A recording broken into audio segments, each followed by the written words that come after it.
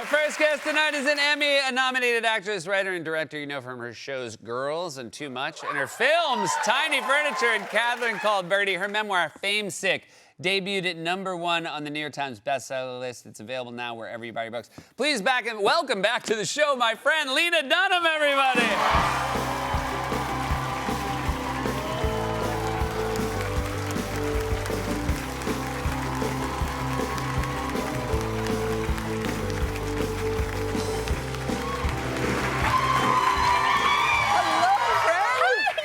It is always so special. It's been a while since you've been here, but you were a guest first year on the show. I was a guest first week on the show. First week on the show. God love you. So February of 14. February of 14, and there's something I've been holding on to since then.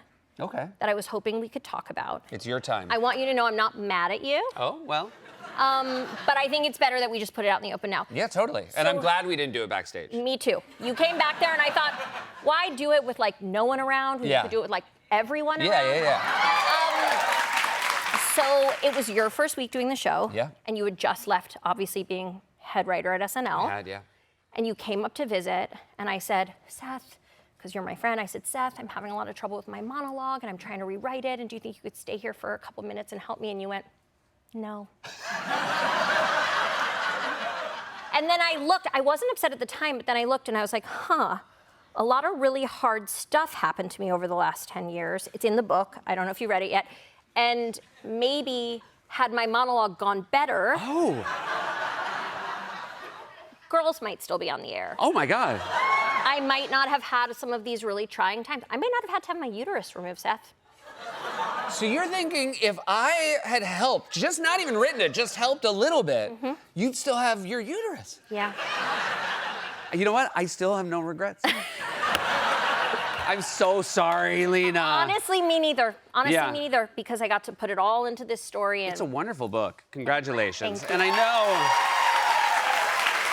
I know these things can be very arduous undertakings. I think sometimes it's healthy to hear from somebody who's finished a book, which reads like, again, we're lucky enough to know you. It reads the way you speak. It reads the way you have written over the years we've known you. And yet, of course, it is a slog to get these things out. So you're proud of me. I'm proud of you. Thank you. I'm very proud of you. Thank you. I don't want anybody to think it was easy. You know, it was interesting. I wrote it over 8.5 years. Yeah. My first book took me 9 months, so I was a little bit under the impression that it would just kind of flow out. And then I wrote thousands of pages that no one will ever see, that I will have to have burned along with my body. Did your editor even see those, or were there pages that you were not for anyone ever? My editor, Andy Ward, shouted, he had to read a lot, and he had to find a delicate way to be like, I know you're talking about your pain, and I know this is very real for you, but it's not good. Right.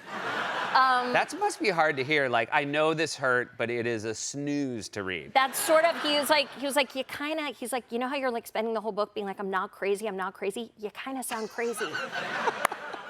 That's a very good note from an editor. It is, and he was right. I also, I was obviously aware, from watching Girls and from knowing you, that you were young when this all began for you. Yeah. But then, actually seeing it in print, because I was 27 when I started in SNL, but I was entering a show that was moving, and I got to be a very small part of it, and it was still overwhelming. Whereas, you at this very young age, were you 26, 25 when Girls started? I was 23 when I wrote the pilot, Crazy. And I was 24. It's okay, we can hold hands. Yeah, okay. I told you, I'm not mad at you. Yes, thank you. But now I know. Okay, good. I was 23 when I wrote the pilot, 24 when we shot it, and then off we went. And it's so funny, because the thing about being that young is that you don't think you're young. Right. And now when I meet a 24-year-old, I think you should still be in your mom's body. Yes. It's not safe for you to walk around out here.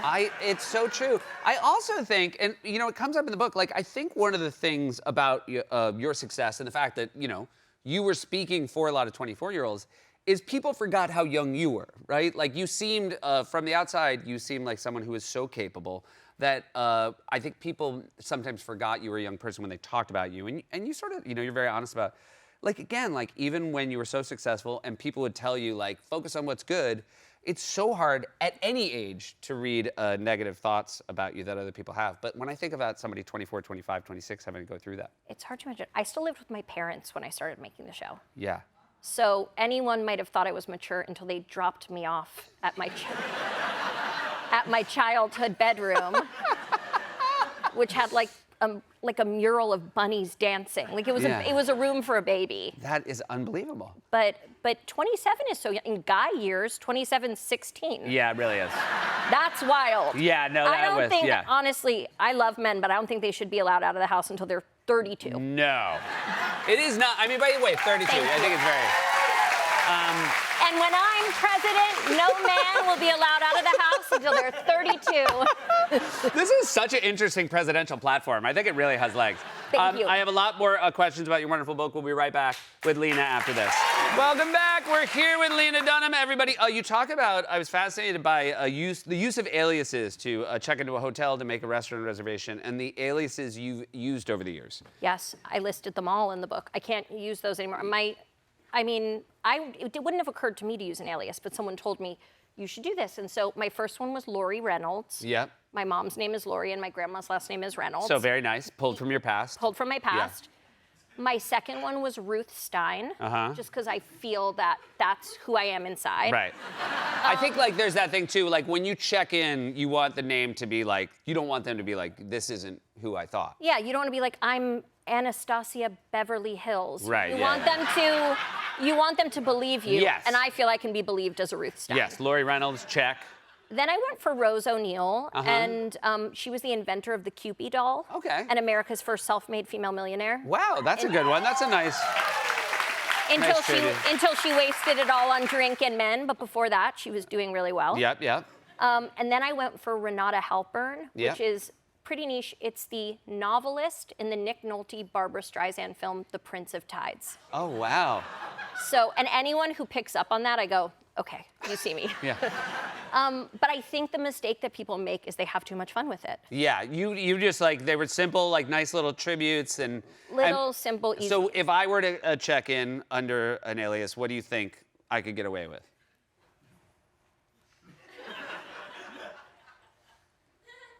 Something's coming to me. Okay. Bob Jefferson Schumacher.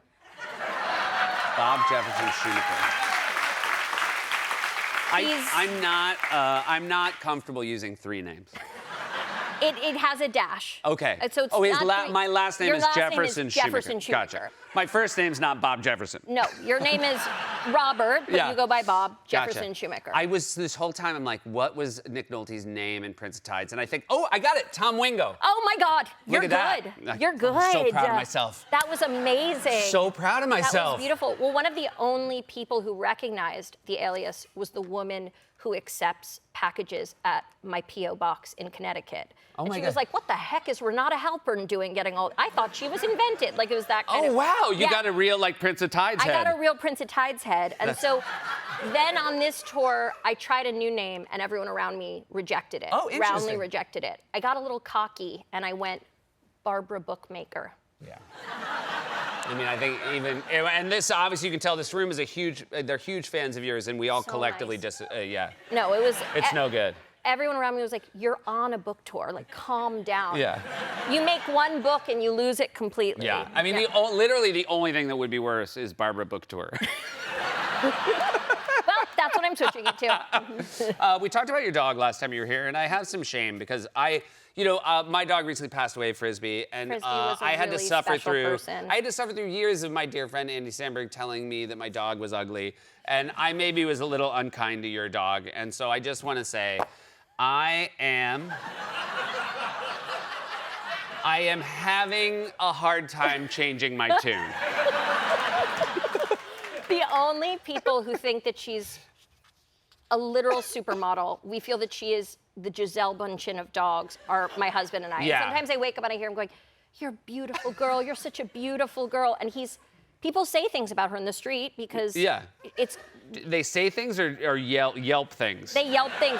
They ask what she is. They ask if she's sick. They ask if she's sick. And he acts like she can speak English and they're hurling abuses at a child. But I mean, I find her gorgeous. This next picture is one of my favorites. Yeah. I mean, it's great too because the hat looks so natural. Yeah. No bosses, no boyfriends, Seth. She lives on her own time. This also, you since the last time you were here, you've added some pets. Yes, I have. Now, I've heard about people who have pigs as pets, that they're the most incredible animal in the world. They're incredible. They're mind-blowing. Here's a photo of yours, I guess right after they got into the cocaine.